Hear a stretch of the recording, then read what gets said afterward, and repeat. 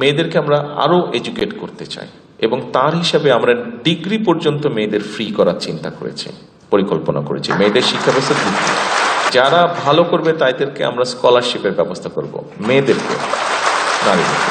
আপনারা নিশ্চয়ই একটি খুব কথা শুনেছেন, এর মধ্যে কথাটা খুব পপুলার হয়ে গেছে, বিশেষ করে মা বোনদের কাছে কথাটা খুব পপুলার হয়ে গেছে গ্রামে গঞ্জে, that is family card. Family card নামক একটা কার্ডের কথা আপনারা শুনেছেন। এখন এই ফ্যামিলি কার্ডটা সম্পর্কে আমি বলতে চাই। এই ফ্যামিলি কার্ডটা নেই আমি আর মাহাদি আমিন আমরা প্রায় 11 বছর আগে থেকে কাজ শুরু করেছি। এই ফ্যামিলি কার্ডটার কনসেপ্টটা আমরা ডেভেলপ করছি। এখন বলতে পারেন যে এই ফ্যামিলি কার্ডটা বাই নাও সবাই জানেন। এই ফ্যামিলি কার্ডটা আমরা বাংলাদেশে আমরা হিসাব করে দেখেছি, যেই ডাটা আছে সেই ডাটার হিসাবে আমরা দেখেছি যে প্রায় 4 কোটির মতন ফ্যামিলি আছে। যেই ফ্যামিলির এভারেজ মানুষের সংখ্যা, এভারেজ সংখ্যা হচ্ছে 5 জন। 5 জন হিসাবে ধরলে 4 কোটির মতন ফ্যামিলি আছে। তো আমরা যেটা সিদ্ধান্ত নিয়েছি যে ফ্যামিলি কার্ডটা নামে একটা কার্ড আমরা দিব, এবং এই কার্ডটা আমরা দিব পরিবারের যে মহিলা প্রধান আছে, যিনি পরিবারটা ডেইলি ডে টু বেসিসে ডেইলি পরিবারটা চালান, এই মহিলার হাতে আমরা অর্থটা দিব। আমাদের যারা রিসার্চের রেজাল্টটা বললে আমার উপরে একাংশ খুশি হয়, একাংশ খুব বেজার হয়।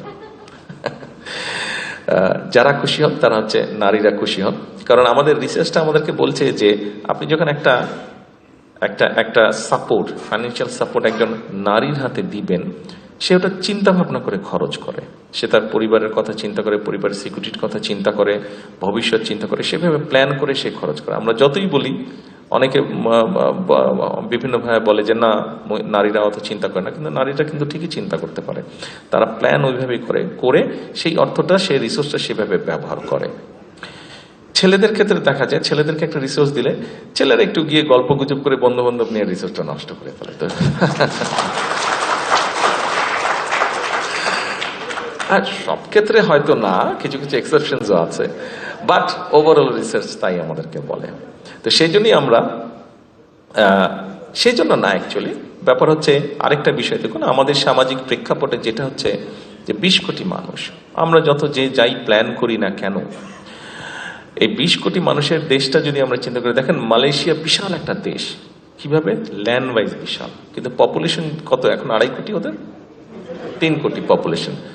3 কোটি মানে ঢাকা শহরে যে পপুলেশন থেকে, ঢাকা শহরে বোধহয় 3 কোটির বেশি পপুলেশন থেকে, মানে পুরা মালয়েশিয়াকে আপনি ঢাকা শহরে নিয়ে আসেন, সাইজ অফ দি ঢাকা শহর মালয়েশিয়া। কিন্তু আপনি যদি ওভাবে চিন্তা করেন, তার মানে 20 কোটি মানুষ, ইটস এ হিউজ কান্ট্রি। 3 গুণ ইউকের, 3 গুণ ইউকের মানুষ হচ্ছে 7 কোটি, বাংলাদেশ হচ্ছে 20 কোটি মানুষ, কাজে ইউকেরও 3 গুণ বড়। তার মানে কত বিশাল একটা দেশ। এখন এই দেশটি আপনি যতই পরিকল্পনা করেন, আপনি যদি একটা অংশকে, অর্থাৎ 20 কোটির মধ্যে 10 কোটি নারী, এই নারীকে যদি আপনি পিছনে ফেলে রাখেন, তাহলে তো আপনি এগোতে পারবেন না। ইভেন আপনি আপনার সংসার নিয়ে কথা চিন্তা করে দেখেন না কেন, আপনার নিজের ফ্যামিলি নিয়ে চিন্তা করে দেখেন, আপনার এবং আপনার ওয়াইফ দুইজনে যদি মিলিতভাবে সংসারটা রান না করে, আন্ডারস্ট্যান্ডিং এর ভিত্তিতে যদি রান না করে, আপনার বিভিন্ন রকম সমস্যা হবে, সংসারে হবে না। ঠিক দেশটা কিন্তু এরকমই একটা বিষয়। এবং এই নারীদেরকে আমরা এম্পাওয়ার্ড করতে চাই। দেশে হচ্ছে বেগম খালেদা জিয়া যখন দেশ পরিচালনা করেছিলেন 91 এবং তারপরে 2001 সময়, উনি দুটো যুগান্তকারী পদক্ষেপ নিয়েছিলেন। সেটা হচ্ছে নারীদের শিক্ষা কিন্তু উনি ফ্রি করে দিয়েছিলেন। প্রথমে 1 থেকে 10, পরে ক্লাস 12 পর্যন্ত উনি ফ্রি করে দিয়েছিলেন নারীদের শিক্ষা। এই মেয়েরা কিন্তু শিক্ষিত হয়েছে। এখন এদেরকে আমাদেরকে এম্পাওয়ার্ড করতে হবে অর্থনৈতিকভাবে। এর ভিতরে আমরা আরেকটি সিদ্ধান্ত নিয়েছি যে আমরা এই মেয়েদেরকে আমরা আরো এডুকেট করতে চাই, এবং তার হিসাবে আমরা ডিগ্রি পর্যন্ত মেয়েদের ফ্রি করার চিন্তা করেছি, পরিকল্পনা করেছি। মেয়েদের শিক্ষা ব্যবস্থা দেশনেত্রী খালেদা জিয়া ইন্টারমিডিয়েট পর্যন্ত করে গিয়েছেন, ওই লিগাসিটিকে টেনে আমরা ডিগ্রি পর্যন্ত নিতে চাচ্ছি। এবং অ্যাডেড যেটা করতে চাইছি, যারা ভালো করবে তাদেরকে আমরা স্কলারশিপের ব্যবস্থা করব, মেয়েদেরকে, নারীদেরকে। আচ্ছা, এখন আসেন, এই যে বললাম ফ্যামিলি কার্ড, এই ফ্যামিলি কার্ডের মাধ্যমে আমরা মহিলাদের হাতে ধীরে ধীরে, প্রথমে আমরা যারা নিডি, যারা ওয়ার্কিং ক্লাস, নিডি, দুস্থ, নিম্ন মধ্যবিত্ত, এরকম নিম্নবিত্ত, এই ধরনের মহিলা যারা আছেন, ফ্যামিলি যারা আছেন, তাদেরকে আমরা প্রথমে এটা দেব। আপনি হয়তো বলতে পারেন যে 2,500 টাকা কি। দেখুন, আমার আপনার কাছে হয়তো 2,500 টাকা কিছু না, কিন্তু দেশের গ্রামে আপনি যান, 4 কোটির মধ্যে 2 কোটি পরিবার পাবেন যার কাছে 2,500 টাকা অনেক মূল্যবান টাকা, অনেক মূল্য যার কাছে। এবং এই 2,500 টাকা যদি আপনি তাকে দেন, সে কিন্তু তখন প্রথমেই যেটা করবে, কারণ আমি নিজে দেখেছি, দেখা থেকে আমি তখন বুঝলাম যে আমি যা চিন্তা করেছিলাম, আমরা যে 11 বছর ধরে কাজ করছিলাম, তাহলে আমাদের চিন্তার সাথে আস্তে আস্তে জিনিসটা বাস্তবে মিলছে। কি সেটা?